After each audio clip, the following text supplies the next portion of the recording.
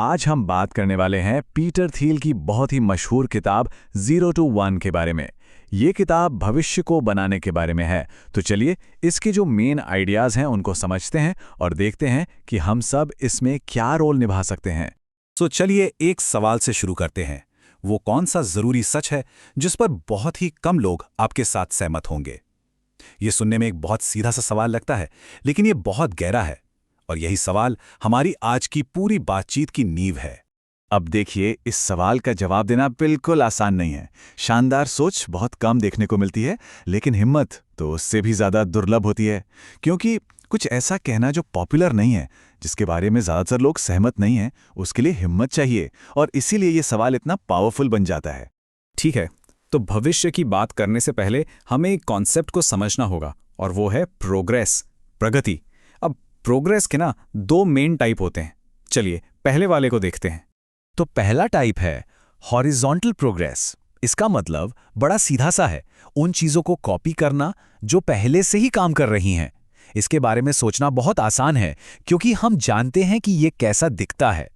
इसे आप ऐसे समझ सकते हैं, 1 से n तक जाना मतलब कोई एक सफल चीज़ है और हम उसी की कई सारी कॉपीज बना रहे हैं, उसे हर जगह फैला रहे हैं। और इस तरह की प्रोग्रेस के लिए एक शब्द है ग्लोबलाइजेशन, यानी वैश्वीकरण। इसका सबसे अच्छा एग्जाम्पल चीन है। सोचिए चीन ने क्या किया। उन्होंने उन सारी चीज़ों को कॉपी किया जो डेवलप्ड देशों में पहले से काम कर रही थीं, चाहे वो 19वीं सदी की रेल लाइनें हों, 20वीं सदी का एयर कंडीशनिंग हो या फिर पूरे के पूरे शहर ही क्यों ना हो। तो ये तो हुआ पहला तरीका। अब बात करते हैं प्रोग्रेस के दूसरे और कह सकते हैं ज्यादा मुश्किल तरीके की।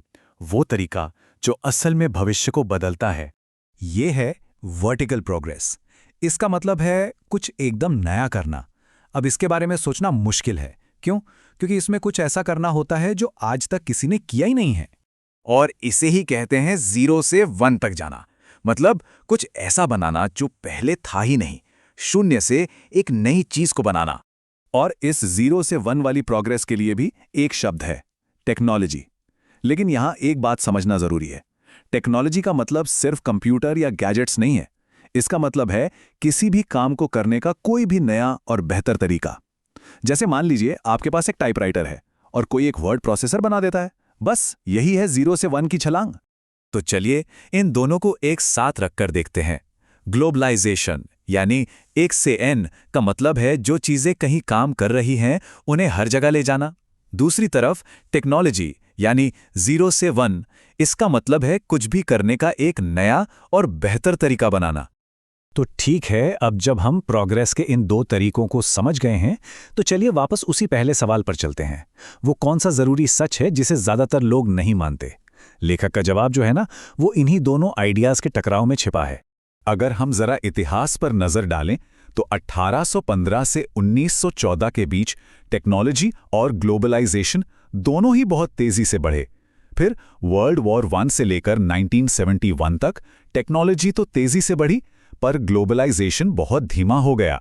और 1971 से लेकर आज तक हम एक ऐसे दौर में जी रहे हैं जहां ग्लोबलाइजेशन तो बहुत तेज है, लेकिन टेक्नोलॉजी में बड़ा विकास सिर्फ आईटी के एरिया में ही हुआ है। अब हुआ क्या है कि अपने इसी हाल के तजुर्बे की वजह से ज्यादातर लोगों को लगता है कि दुनिया का भविष्य ग्लोबलाइजेशन ही तय करेगा। हम सब यही मान के चलते हैं कि दुनिया और ज्यादा कनेक्टेड होती जाएगी और ज्यादा एक जैसी होती जाएगी। लेकिन पीटर थियल का कॉन्ट्रेरियन जवाब यहीं पर आता है। वो कहते हैं कि सच तो ये है कि टेक्नोलॉजी ग्लोबलाइजेशन से कहीं ज्यादा मायने रखती है। उनके हिसाब से भविष्य को ग्लोबलाइजेशन नहीं बल्कि 0 से 1 वाली टेक्नोलॉजी ही बनाएगी। लेकिन सवाल है, ऐसा क्यों? टेक्नोलॉजी ज्यादा जरूरी क्यों है? देखिए, पुराने तरीकों को ही पूरी दुनिया में फैलाते रहना ये सस्टेनेबल नहीं है। जरा सोचिए, अगर चीन आज की ही टेक्नोलॉजी इस्तेमाल करके अपनी एनर्जी की खपत डबल कर दे तो वहां एयर पोल्यूशन भी डबल हो जाएगा। अगर भारत में हर घर अमेरिकियों की तरह रहने लगे तो पर्यावरण के लिए ये एक बहुत बड़ी तबाही होगी। बात सीधी सी है, इस दुनिया में संसाधन सीमित हैं और नई टेक्नोलॉजी के बिना सिर्फ ग्लोबलाइजेशन हमें तबाही की ओर ही ले जाएगा। तो ठीक है, अगर टेक्नोलॉजी ही असली भविष्य है और सिर्फ ग्लोबलाइजेशन से काम नहीं चलने वाला, तो फिर सवाल ये उठता है कि इस 0 से 1 वाले भविष्य को बनाएगा कौन और कैसे? और इसका जवाब है स्टार्टअप्स। लेकिन यहां स्टार्टअप की परिभाषा सिर्फ एक नई कंपनी खोलने तक सीमित नहीं है। स्टार्टअप का मतलब है लोगों का वो सबसे बड़ा ग्रुप जिसे कोई एक अलग भविष्य बनाने के अपने प्लान पर यकीन दिला सके। तो आखिर स्टार्टअप सी क्यों? क्योंकि देखिए, बड़ी बड़ी कंपनियों में नई चीज़ें बनाना बहुत मुश्किल होता है। वहाँ का जो पूरा सिस्टम होता है वो बहुत धीमा होता है।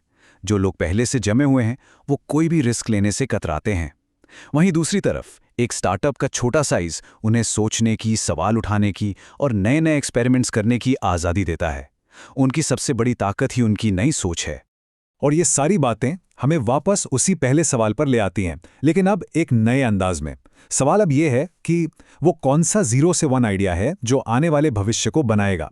इसका जवाब ढूंढना सिर्फ कोई किताबी बात नहीं है, बल्कि ये हमारे समय का सबसे बड़ा चैलेंज भी है और सबसे बड़ा मौका भी।